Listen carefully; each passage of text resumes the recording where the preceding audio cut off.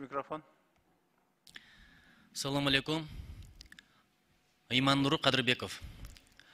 Россия менен Украина ортосундагы аскери конфликт биздин экономикага түздөн-түз таасирин тийгизип атат. Болгондо дагы ыкчам түрдө, чукул түрдө.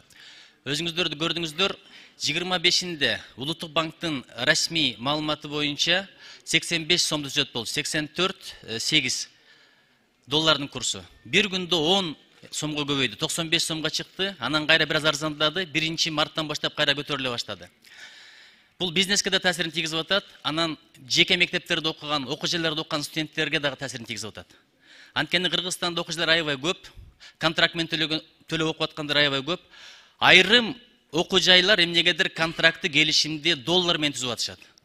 Бизде билесиздер, граждандык кодекстин 35-чи беренесинде жазылган. Кыргызстандын улуттук валютасы бул сом деп. Ошол эле мезгилде 43-чү беренесинде билим берүү жөнүндө мыйзамдын билим берүү кызматын көрсөтүү сом менен, улуттук валюта менен түзүш керек деп түздөн-түз жазылган. Андан тышкары керектөөчүлөрдүн укугун коргоо боюнча мыйзамда 9-чу беренеде кызмат көрсөтүүлөр, тарифтер, баалар улуттук валютада болуш керек деп көрсөтүлгөн.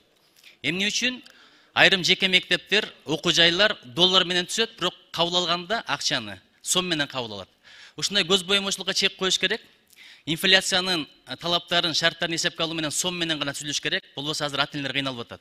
Ошентип биз улуттук валютаны да коргойбуз. Анан билим алып аткан жаштардын дагы ат энелеринин укуктарын коргойбуз.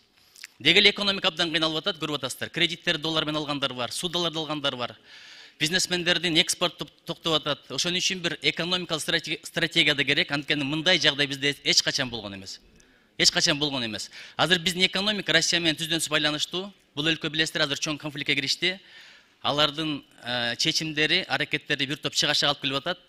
Россиянын өзүндө да рубль абдан кунары түшүп кетти. Ушул багытта иштебесек болбойт. Билим берүү министрлигине тапшырма берели. Чоң рахмат.